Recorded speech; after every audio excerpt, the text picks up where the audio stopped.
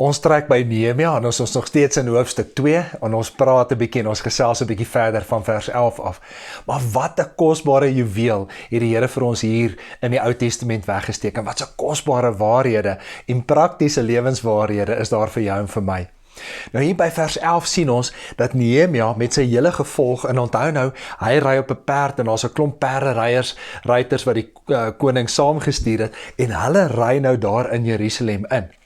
Nou in daai tyd, jy moet onthou, as jy op 'n perd gery het, dan was jy 'n meneer. En as jy op 'n perd gery het, dan het jy geld gehad. Dis amper soos om by die robot te stop en daar stop 'n ou met 'n Ferrari langs jou. So, die ouens wat daar in Jerusalem ingery gekom het, die ouens het onmiddellik geweet, luister, hierdie is wel af, connected en vername mense wat nou hier in die dorp ingery kom. So kan julle julleself voorstel oor hoe het dit in daai arm vervalle Jerusalem, hoe het dit gegons in daai tyd? En hoe het die mense gewonder, ek wonder wie is hierdie ouens en wat maak hulle hier en wat het hulle kom doen? So dit het onmiddellik die mense se nuuskierigheid geprikkel. En nou wat vir my belangrik is en dit is 'n ding wat ek en jy moet leer, is dat Nehemia, en kom ons gebruik maar die Engels, he had a sense of timing. Hy het geweet hoe om die regte ding op die regte tyd te sê. Nou ons weet almal, jy kan die regte ding op die verkeerde tyd sê en dit is chaos. En jy kan die verkeerde ding op die regte tyd sê en dit bly nog steeds die verkeerde ding. So die tydsberekening is ongelooflik belangrik wanneer jy dinge aanpak en wanneer jy dinge sê. En Nehemia het ook geweet, maar luister, dis belangrik, hy het geweet wanneer is dit tyd om te praat en wanneer is dit tyd om stil te bly. As jy dink aan Josef kry hierdie drome dat hy gaan heers, en die volgende oggend blaker hy dit sommer net daar vir sy broers uit, en toe het hy weer 'n droom en hy blaker dit net weer daar uit.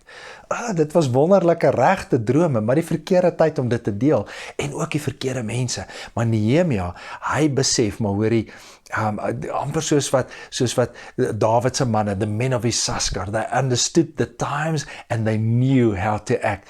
En so moet ons vir die Here vra, maar Here, gee vir my 'n aanduiding van wanneer is dit die regte seisoen om 'n ding aan te pak. Die ander ding wat vir my uitgestaan het in hierdie gedeelte, en ons lees dit in die eerste paar verse daar in hoofstuk 1, maar ons lees dit ook hier in hoofstuk 2. Hy het gegaan en hy het sy feite nagegaan. Hy het seker gemaak dat hy al die feite reg het. Hoe dikwels maak ons nie aannames oor mense en situasies nie. En dan, of ons hoor 'n storie, en dan gaan ons sommer oploop met hierdie storie. Deesdae is daar baie fake news, nie? En ons gaan toets nie altyd die waarheid of die geldigheid van wat aan die gang is nie. En net so het Nehemia, het hy gegaan en hy het in die nag, het hy stilletjies uitgegaan en toe het hy gaan kyk, maar hoor jy, die berig wat hy gekry het, is dit werklik so en is die situasie soos wat dit aan hom vertel is.